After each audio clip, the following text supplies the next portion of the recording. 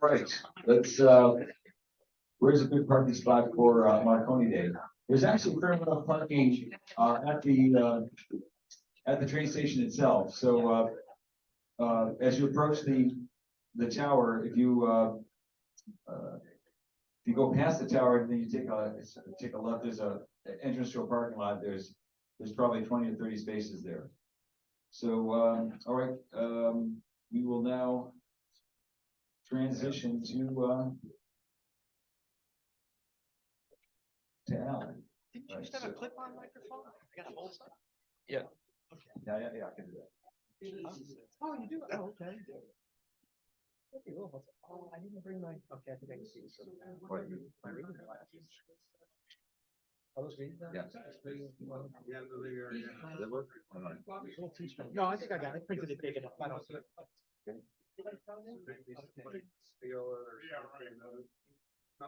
We're getting him mic'd up. A lot of money.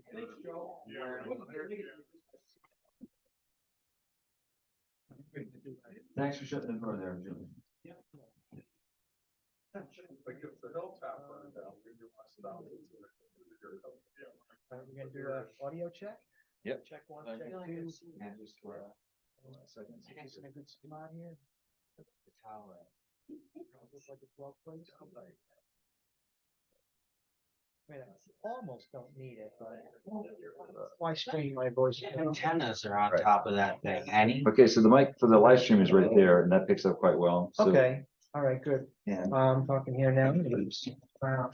All right, so, oh wow, that sounds pretty good, I guess. Got the mic in a good place, doing a mic check here. Hello, check 1, 2. Check QRZ, QRZ. 5-9.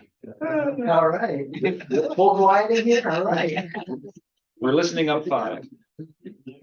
Oops, Oh, yeah. Okay, what's that? Okay. Sure. All right. It's all yours. All right, sweet. I don't know if anyone needs to be told that I am KLC. I am the BARA QSL manager. I don't think a lot of people realize we actually have QSL cards. I got a box of them at home. I'm always happy to respond to people's QSL requests. We get them through the bureau and through the mail and this and that. So, you know, anyone is looking for, and I have cards made up for Marconi Day as well, special event cards, and I send those out as well. We get a handful of requests each week. And speaking of International Marconi Day, this is my tie-in. We'll talk about the Marconi Tower. How many of you have not seen the Marconi Tower, or not sure where it is, or has everyone? You've all pretty much seen it at one point or another. You know it exists at least. I don't think most people in Binghamton are aware this thing exists. It's a pretty behind the post office. Yeah, it's a pretty obscure little historic thing, you know. People see it, but it's another thing. Like it's Well, just yeah. I don't think they realize, unless they happen to notice a little historic marker under there. I don't think they realize that there is this historic element right in downtown Binghamton. But it's really, I'm just fascinated with it. And I really think that it deserves a bunch of attention, because it's not just standing in isolation. It's really part of this whole nexus of this high-tech development in this region.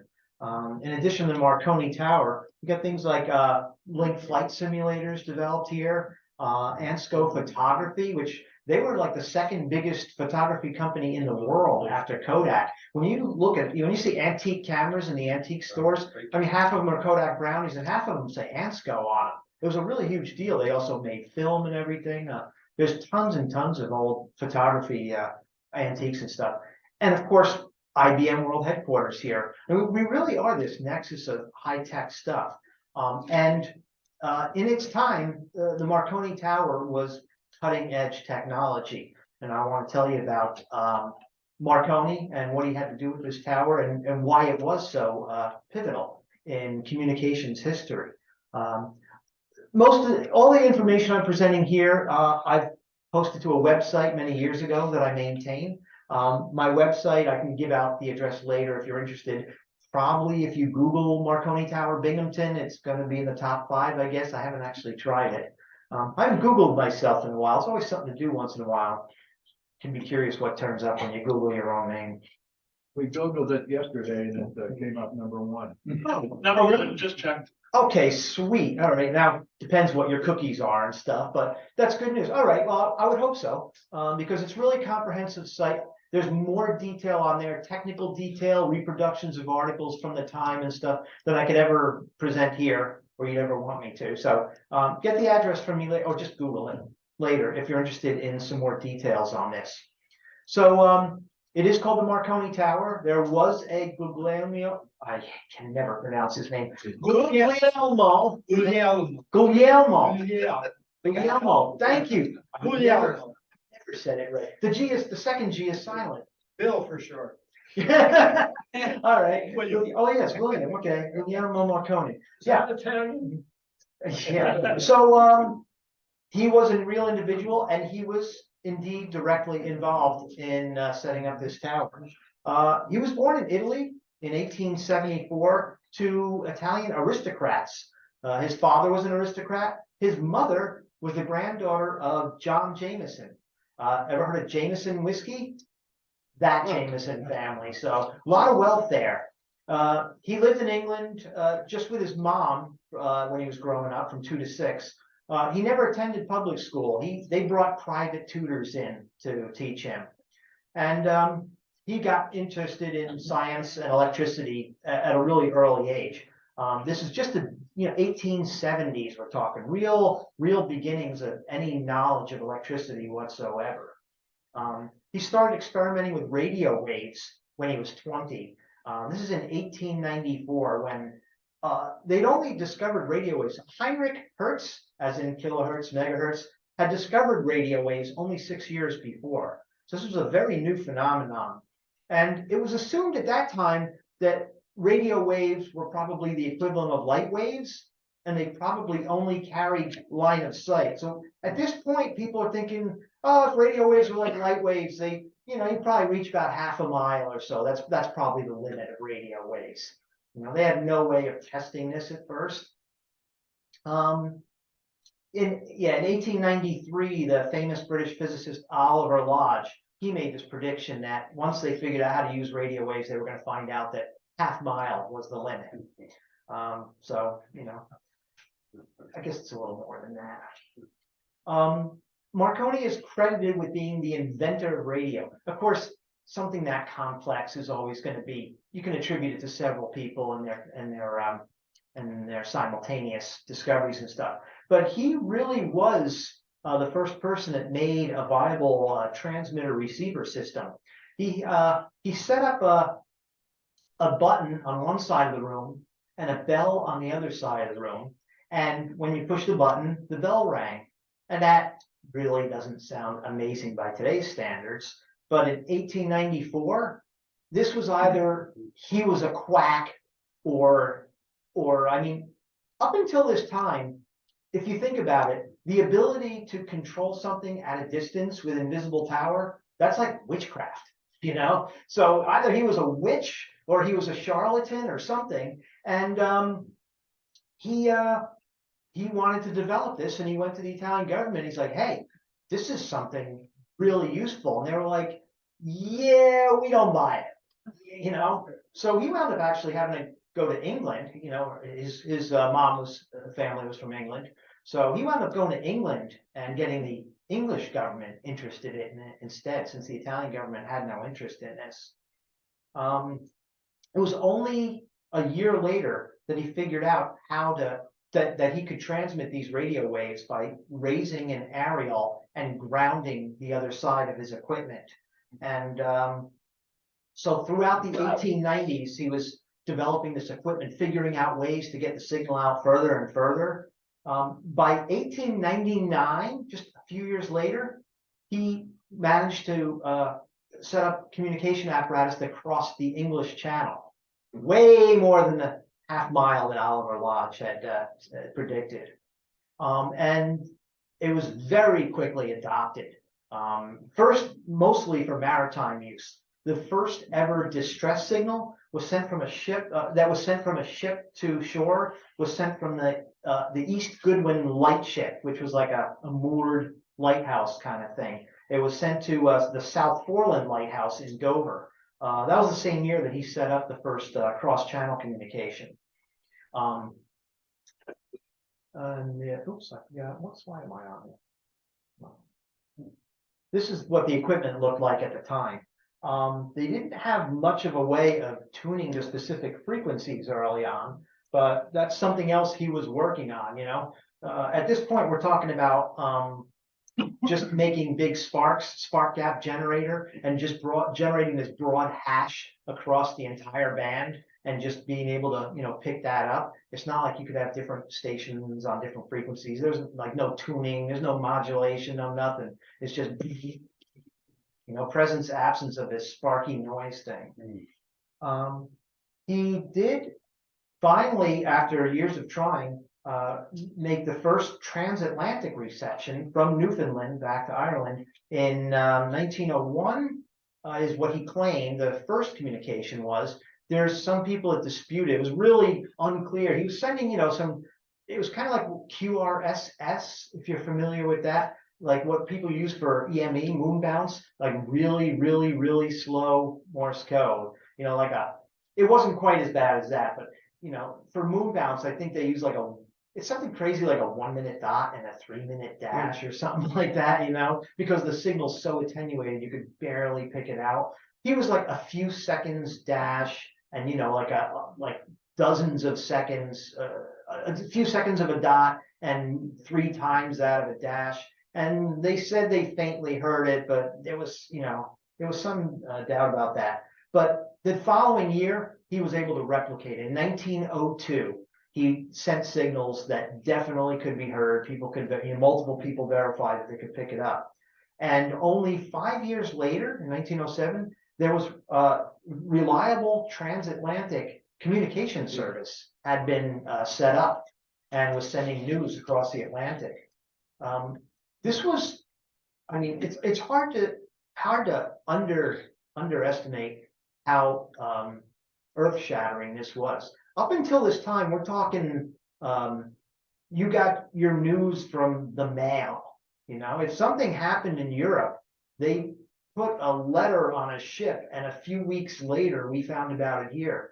All of a sudden, you knew within minutes, you know, of people knowing in England, you knew that here too. This was just crazy earth-shattering. As much as the internet, you know, is earth-shattering to communications today, this invention was that earth-shattering at the time. We're talking about the 1900s here, you know.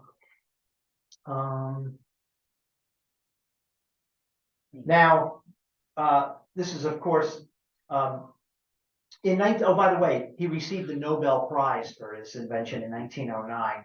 It was just a few years later that this, you know, that awareness of radio exploded, and it was mainly due to both the Titanic in 1912 and the Lusitania in the 1915 being sunk. Now, of course, a lot of lives were lost, but hundreds of lives were saved, and because they were able to radio for help. When the Titanic went down, the SS Carpathia heard the SOS and came to the rescue and rescued hundreds of people out of the water. And Marconi got a lot of the credit, you know, for all these lives saved because of his new invention, the radio being on board. So he got pretty rich. He had a great name for himself. He established a company which eventually became known as the Marconi Company, and they started doing experiments all around the world. Of course, you know, once people realized how beneficial radio technology was, everybody wanted it, you know, all over the world. You know? So, but somehow, I guess maybe it was mismanaged or something. Maybe they grew too quick, but the company went bankrupt in 2006, and the assets were acquired by Ericsson, which is a telecommunications company. They used to make a lot of cell phones, like early cell phones. I don't know what happened to them now. A lot of people used to have Ericsson cell phones. I think our first flip phone was an Ericsson. I don't know where they are now, but you know, Sony tied in with them. yeah, maybe they got bought out or something. Yeah. But prior to the remnants of the Marconi Company being brought up by Ericsson, the electronics division of Marconi merged with British Aerospace, and they became BAE. The BA from British Aerospace and the E from Marconi Electronics. And that brings us full circle right back here to Endicott, where we have a division of BAE where I happen to work, actually.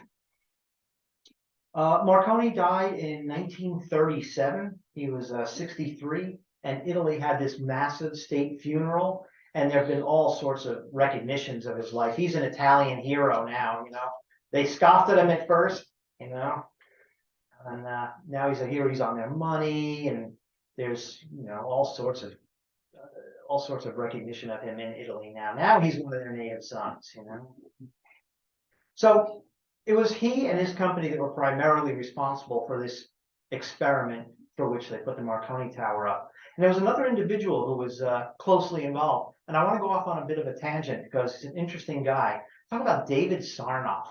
David Sarnoff was, at the time, he was the chief inspector of the Marconi Wireless Telegraph Company. He actually suggested to the Marconi people, hey, this radio thing, we're just doing business, but we can broadcast to people and like entertain them with this and all. And the Marconi people are like, yeah, no, we don't see a future in that either, There's a lot of people who are just not imaginative, or I mean, it's hard to predict the future, But David Sarnoff did. He saw the potential for radio communications being an entertainment medium. So he eventually became this pioneer of radio and especially of TV. He went to work at GE when it GE acquired the Marconi, American Marconi, because they were all over the world at this point. And he rebranded the American Marconi division as a division of GE called the Radio Corporation of America. And he became the head of RCA. And then while he was at RCA doing radio stuff, where he was really instrumental in building out the whole AM broadcast network all over the country. And then he decided once the first television was demonstrated that he wanted to build out a television network too. So he founded the National Broadcasting Corporation, or NBC. I think this button just broke. What the To go forward in the slide. Wow. It just went down and didn't recover. All right. If I can't repair it, I can probably use the arrows on the keyboard. Let's see. Up back up. Wow. Wow. Check that out. All right. Arrows. Okay. Yeah. I'll use the arrows here. As long as I can go back. Yeah. So television was introduced at the 1949 World's Fair in New York City. By David Sarnoff. The very, very first demonstration of television ever was down at the World's Fair there in Flushing in Queens. What was the first broadcast? No, the actual like public broadcast? I'm not sure. Well, what did they play on the TV then? Oh, I think it was just like him announcing, hey, look at this, I'm on TV kind of thing. Yeah, I don't know if they actually had any, because they didn't really have any recording media. It was only live at the time. So yeah, I mean, the very, very early TV was all just like early radio, there was no recording. It was all totally live. So yeah, I think he was just on camera. There he is. Picture of him on TV. So this is television. This is the future. The World's Fairs were like dedicated to highlighting the technology of the future. So my grandmother told me that she went to that World's Fair and they had a model of a highway clover leaf to show how. And she said, no one really believed there'd ever be so much traffic that you would need something so complicated to get cars around a highway. Yep. So let me talk about the Marconi Tower itself and why it was built. Oh, I didn't think I had a slide showing where it was, but I did. I outsmarted myself. Yeah. So this is where the Marconi Tower is. You can see the train station and that little brick building that it's next to. Used to be a steam plant. It's now some ice cream shop, and that's behind the post office there, which you see in the foreground. I guess I don't have a pointer or anything. You get the idea. The baseball stadium would be on the right-hand side of this image, and with the railroad tracks behind it. It's on Lewis Street. This was part of an experiment to demonstrate that radio could be used to communicate with a fast-moving vehicle. So up until this point, all the radio stations were fixed locations or they were onboard ships, which move relatively slowly. He had this idea that maybe it would be possible to get a radio on board something moving quickly. And there was all these people who were like, again, all these naysayers. No, there's no, it's like the radio waves are going to get all messed up. You're going to have some kind of Doppler shift or something, and you're not going to be able to set it up. You need big aerials. You can't get a big aerial on a train and this and that. So he was, once again, like, I'm going to prove that I can do yet another amazing thing with radios. So this tower was constructed in 1913, and they built 2 sets of towers, one set here in Binghamton and one set in Scranton. 2 towers, 150 feet apart, and they had multi-wire aerials strung between them. Did that not work? There we go. So this is what the pairs of towers look like. This is the one in Binghamton, and then there's the one in Scranton. I tried to find out how tall these towers are, and I came up with numbers everywhere between 97 and 130 feet. I have a feeling part of that discrepancy is because whether they're talking about the tower itself or that big pole on top of the tower added on, that's probably why you get the different numbers there. So of the 4 towers that were built, there's only one left. That's the one in Binghamton. The other 3 were probably scrapped for scrap metal for one of the war efforts, World War I or World War II. That's usually what happened to big metal things that were no longer being used. I don't know how or why this tower didn't get scrapped, but amazingly, it's still standing there. There is a historic marker there. This is not an official marker. There's a guy that used to have a radio and television repair shop on the corner of Clinton and Glenwood there. It's now they now cater mostly to online clients selling restored antique radios and TVs. But the owner was really keen on this as well and had this historic marker made. I don't know if it's going to get maintained or not, given that it's not an official New York State marker. So it's not protected or anything. The tower itself's not protected either. It's not on the National Register of Historic Places or National Landmark. I'm a former archaeologist. I used to do National Register nominations. And I know for a fact that it would be eligible, but you have to have the owner on board. And there's certain protections that have to be offered. You do get some tax credits. Usually, if your house is on the National Register, you'll get tax credits and all. This owner probably wouldn't see any benefit to having it listed. It'd probably only be a liability that you have to take care of it. So I'm guessing he probably would not be interested in following up on having it on the National Register, which is a shame because it probably belongs there. So let me talk about the equipment that's involved. Like I said, these signals at this time were just like sparks that were making Morse code on and off and stuff. They would just start to play around a little bit with trying to modulate these spark signals and to tune them. So they did actually wind up building these primitive tuners. So the base station, which was located at the train station there, where the tower is, was powered from a 2 kilowatt generator, and it was a straight key, and the 2 kilowatts was sent through the key. Yeah. So, yeah, I read this and I was like, no, I wouldn't be touching that. I got a welder that can do that. Yeah, insane. And it was tuned. The frequency they operated on was 187 kilohertz. Long wave, we're talking below the AM band here. That's all they were capable of. At this time, when they started developing tuned communications, the broadcasters were on AM, and they let amateurs operate anywhere they wanted above the AM band because they thought shortwave and above was totally useless. It was too variable. Like propagation stuff was all variable. Sometimes you got a lot of noise or it went dead or something like that. They're like, that's just useless. You guys can have it, you know. So they were down in the long wave range. Now on board the train, they had a one kilowatt was generated by this huge battery bank. They had already been using these batteries for the lighting, so they didn't really have to add a whole bunch more power.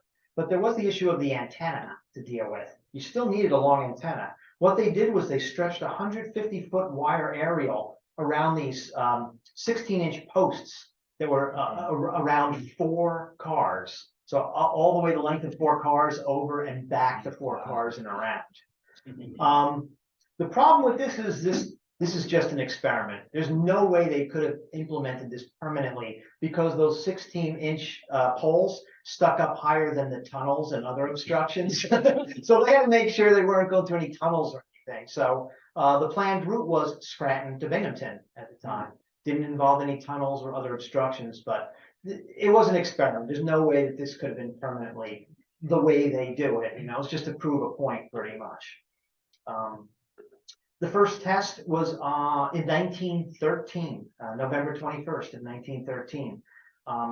The train left Scranton and they started sending signals from Scranton to the train. It was a Delaware, Lackawanna, and Western Railroad train, traveling at 60 miles an hour. And then at the halfway point, they switched over to communicating with Binghamton. And it was a complete and total success. 350 words of news were sent to the train while it was in transit, the hour trip from Scranton to Binghamton. And, you know, people sent out all these congratulations, like, oh my God, this just worked so amazingly perfectly and stuff. It made all the headlines in the technical news of the time and such. All these articles, I've got them reproduced on the Marconi Tower website that I set up. And then he didn't just rest his laurels right there. They wound up doing a bunch of other experiments right after that. Some of them proved to be pretty useful. For example, on one of the experiments, the conductor got sick on the train on the way up to Binghamton. So they radioed ahead and they said, hey, have a replacement ready for us when we get there.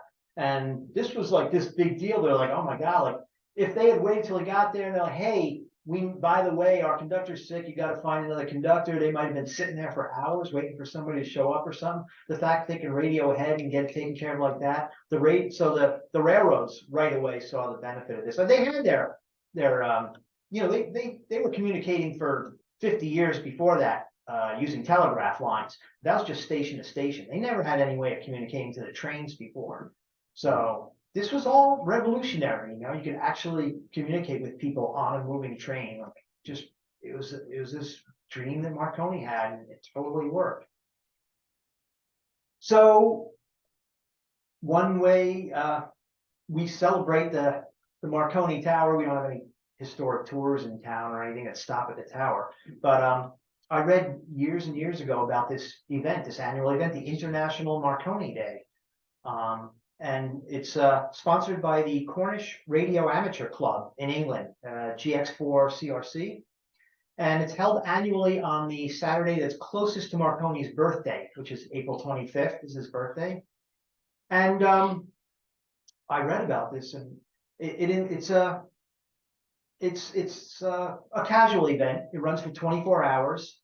It's not a contest with points or anything like that. It's more like Jamboree on the air, you know, where a lot of people are interested in getting involved in stuff, but it's not like you're racking up points or competing with anyone. It's just everyone jumping in and doing this event. And there's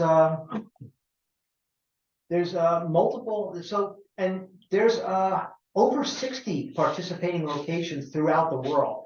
The official sites are sites that have something to do with Marconi's life or his career or his works or something. So, you know, his house in Italy, the stations he set up all around the world for all his different experiments and stuff like that. And I read about this and I was like, we have a Marconi Tower. Maybe we can operate right from the tower. And I brought it to the club. I was like, hey, I was going to do it myself. I was just going to go down the tower with a rig and just do it. And then I brought it to the club. I was like, would the club be interested in this? And everyone was like, oh yeah, totally. We totally want to do this. You know, and I was picturing, I don't know what I was picturing, throwing a wire through part of the tower or something like that. And Ford's like, I can get the fire department and cherry picker and get a big wire off there and all. I'm like, holy cow, this is awesome. Yeah. And we did it. And we had a ball that first year. When did Even we though- start? What year did we start? It's on my website, maybe 20. Oh God, I'm not sure. I'd have to pull up the website and see. 20 years, 15? Oh, no. Well, last 3 years are absent. We probably did 5, 6, 8, maybe 8 years ago or so. Yeah, probably about 8 years ago was the I first think it year. was, I think it was before 2011, but not too much before that. I don't think, or maybe it was just after that. Yeah, it was after. Yeah, Oh, okay. 2011 was a big year in my life when everything went wrong. Yeah. And it was after that. Oh, yeah. I'm just curious. Yeah, it's probably about eight years ago, I'm guessing, about that, yeah. And every year, the propagation is horrible, and the rain, usually the weather's pretty lousy, it's usually like cold or rainy. And we still have a good time anyway. It's kind of like another emergency preparedness event. You know, you're working in the field, and you find out, like the year that I brought my rig, but I forgot the power cord. And the other year that I brought my rig and I forgot the mic, you know, like you learn, okay, what is it I need when I'm going to go out and operate in the field? So it has that benefit, kind of like the field day benefit of learning what it takes to not sitting in the comfort of your home, but actually working under simulated emergency communications. You know? And yeah, 2017, okay. So, less than 8 years ago then. every year since Mhm. 2017. Okay, yeah, well, that makes sense. Yeah, I was thinking we didn't do it during the pandemic, but actually we did get it in there. Last year we definitely did it. Yeah, and propagation sucked. I think this year is going to be amazing. The weather's going to be agreeable. I'm seeing like 50% chance of rain or something, but it's undercover, so that doesn't matter much. It seems like the temperatures are going to be good, and propagation's awesome this year. So I was hoping to have a digital station set up that run FT8 and all off my Raspberry Pi. And I ran into one snag. Everything's working, but my radio's not seeing the audio into the data jack. I don't know why. It seems like I've tested every part of it, and I got audio coming out right till I get to the radio, and it's not coming to the radio. So we're not going to be able to, not this year. Next year, I definitely want to be able to do digital modes, because we could be talking to Japan in the middle of the day using FT8, from the Marconi site. But we still have a good time no matter what happens. What I do is I send out a media release, and I just got that out today, actually, an email to the local media people. And we set up an antenna. We have I think it's, what is it, an off-center fed dipole? No, it used to be, it's an in-fed half wave now. Oh, it is, okay. Originally, if I may, you look at that picture right there. Originally, we went from the tower and go into the screen, and behind there's a black, you'll see there's a billboard. And we originally did an off-center fed dipole with the short leg being connected to the tower, and we dropped the antenna down and set up right along the sidewalk. Now we take the antenna from the face of the tower that you're looking at right there, we bring it back down here to the station. And so we're undercover, and we're using the unfed half wave. So we've done that for, I think, the last two, maybe 3 years. Yeah, and that's the main antenna. As you can see in this picture, we also set up some auxiliary antennas so we can operate multiple bands simultaneously. In different locations. Some people might bring their verticals or some other wires that we can get up one way or another. Sometimes one year somebody brought some like big tripods to get some wires stretched on that, and then we have this. I don't remember what the heck this thing was. Yeah, that's an Aero portable antenna. That I think is Dave Pignani's. Okay. Like we, Why don't we use the towers that we have out in the parking lot? The portable towers. Go tower to tower. I don't know. Because there's an end fed, it just has to go to one point, and we've been, see that green roof right there? Yeah. We've been underneath that green roof for the last like 4 years because we realized that we can transmit just fine, and we're not out in the open like these. We used to have to set up an easy up tent, and now we just all go underneath there, and so that, and with end fed, just. I think we're trying to keep it simple too. Like, we don't want hours of setup for field day. I think you want to go to town. You know, you might even arrive the day before and spend hours and hours setting stuff up. We just want to throw some stuff up in an hour and get on the air for it because we're only going to be there for, the day, Usually by 3 o'clock, people are pretty pooped out. We said 3 o'clock, but I'm wondering if things are really hopping, if some people might want to stay, a little bit later. We'll see how things are going, We do have, so since we have multiple antennas, multiple rigs, we have multiple stations operating. We've only operated a voice on HF exclusively. Well, actually, maybe we made some 2-meter contacts on the handy talkie. I don't know if that counts. You're obviously not gonna be reaching out. You're obviously not going to be reaching out to any DX or anything like that on 2 meters.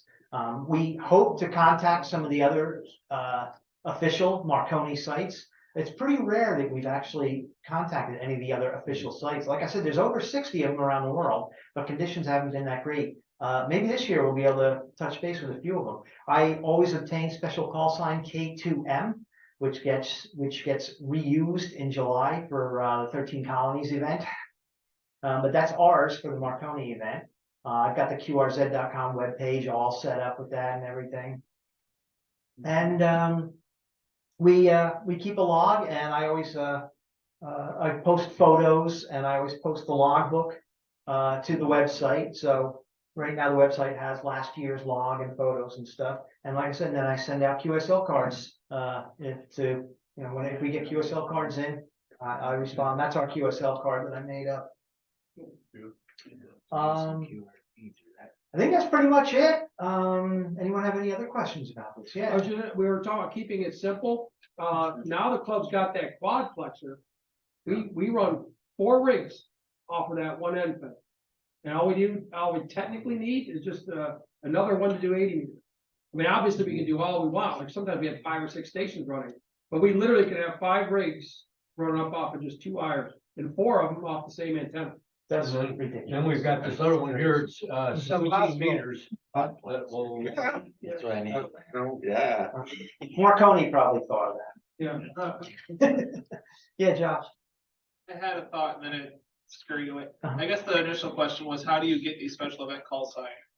Oh, there's a couple of entities that manage them.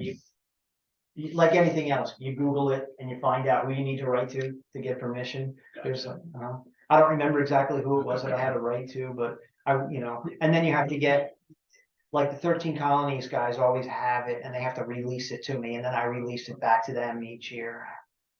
There's a formal process. And the other question was that you mentioned that your data audio line wasn't working. Do you plan on still bringing that equipment, and we might be able to get it working at the field with more eyes on it? No, almost certainly not. I've been working this issue. I've been consulting with people in various discussion groups online for weeks and weeks trying to troubleshoot this. And I almost say on my radio secondhand, and I almost think there's maybe something wrong with the data input in the radio. It's not worth trying to spend a lot of time If on. I can make it, I have my G90 that can do digital, but it's only 20 watts. But that's still a lot for digital, so. Bring it. Oh, If I 20 can watts make is it. great for FTA. If I can make it. Oh, okay, yeah, sure. I mean, yeah, definitely. If you make it, definitely bring it. Yeah. Any other questions? Yeah. Why did Marconi choose Binghamton? Wow, that's a good question. Why did all these companies choose Binghamton? Yeah. We had the first McDonald's. Maybe because there was no other obstacles between here and Grant, I guess. That was certainly must have been one of the criteria. I don't know if there were other criteria, but that's a darn good question. You're gonna have me wondering about that one. There might not even be an answer out there, so. He won't be asleep tonight. He'll be up all night.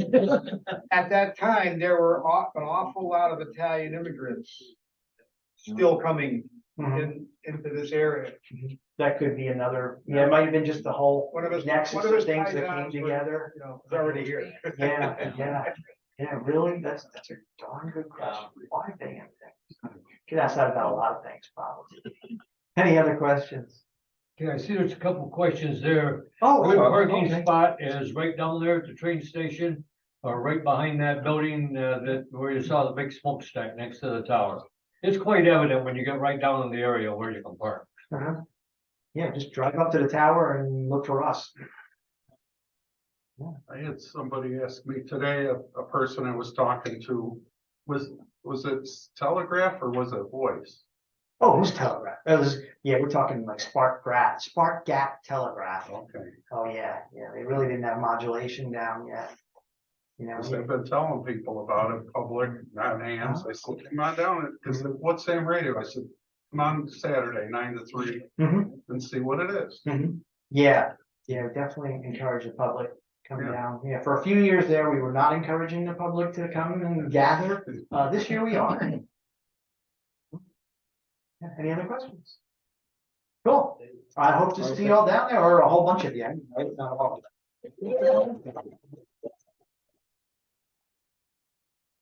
All right, I'll stop the recording now.